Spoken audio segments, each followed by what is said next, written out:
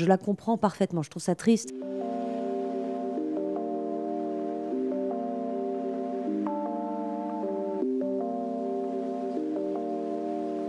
Cette décision est la mienne. En accord avec ma direction, ce n'est pas une sanction, c'est moi qui ai pris l'initiative d'en parler. Cette décision me coûte, mais je l'assume.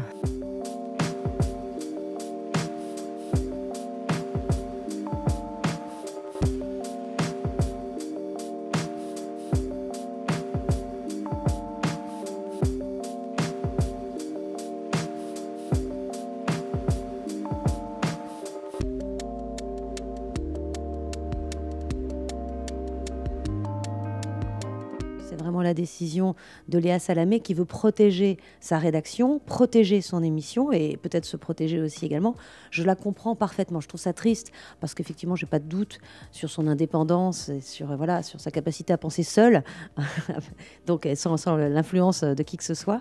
Mais je comprends qu'elle ait voulu protéger tout cet environnement et voilà, c'est un choix tout à fait respectable.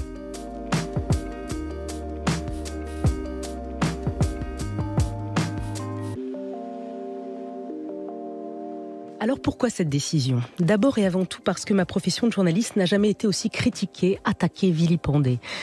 Nous vivons à l'ère du soupçon, largement relayé par les réseaux sociaux, et je ne veux pas prendre le risque d'être instrumentalisée pour l'abîmer davantage. Puis c'est vrai qu'il y a les réseaux sociaux aujourd'hui où les critiques nous parviennent directement, sans intermédiaire, souvent violentes, parfois anonymes, parfois tout à fait assumées. Donc effectivement, c'est une nouvelle chose à prendre en compte qui est parfois assez lourde. Et même quand vous ne regardez pas les réseaux sociaux, tout cela finit par arriver à vous de manière étrange. Donc c'est vrai que c'est assez dur. Ces critiques, on les entend. Après, ces critiques, on les écoute aussi parfois, notamment sur la gestion des Gilets jaunes. Il y a eu beaucoup de critiques. Et je dois dire que nous, l'équipe du 20h, on s'est remis en question quand elles nous parvenaient. On essayait de se dire, est-ce que vraiment on a pu oublier de traiter tel sujet, négliger telle chose, avoir un biais, on se les pose tout le temps, ces questions.